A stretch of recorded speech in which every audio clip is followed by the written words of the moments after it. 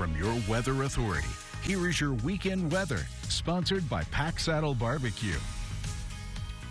Well, just within these past 4 hours, since 6 o'clock, we've dropped 30 degrees here in San Angelo. We're seeing the 20s already across much of the area. That includes us here. 27 degrees right now, 15 degrees for that dew point. Very dry out there, though that humidity starting to rise as these temperatures are getting so cold. Humidity rate at 61% right now, and those winds have shifted as that front is starting to arrive now out of the northeast at 15 miles per hour, and they'll start to calm down looking ahead to tomorrow's afternoon.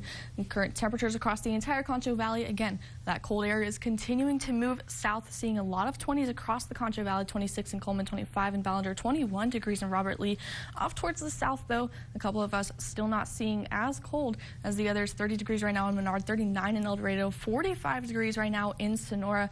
A couple of us still looking forward to seeing that cold air across the Concho Valley. That temperature changed since what we saw 24 hours ago at this time last night. Again, those northern parts of the area seeing a huge drop in those temperatures, but still holding on to some warmer temperatures off towards the south, though that will change within these next couple of hours as that cold air just continues to move off towards the south. Those current temperatures across the entire state, you're already seeing single digits up towards northern parts of the state. 2 degrees in Amarillo, 15 degrees in Wichita Falls, 30 degrees in Waco, and that's where we're seeing that cold air just continue to march down towards the south, even going as far as zooming out and looking across the entire nation, seeing just how cold this Arctic air is leaving northern parts of the country. Negative 20 degrees right now in Billings, negative 4 degrees in Denver, negative 14 degrees in Omaha, and really just seeing that cold air continue to move off towards the south. We're still seeing a couple of us not seeing that Arctic air, but by this time tomorrow, we'll all be consumed by this kind of cold air.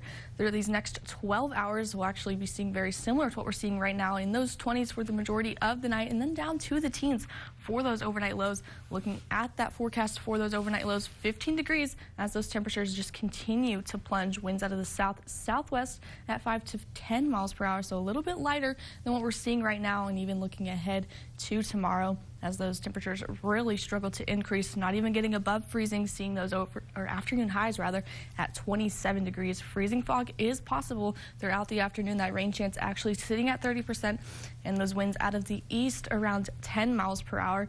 Actually going as far as looking at that frost and freeze forecast for these next couple of overnight lows.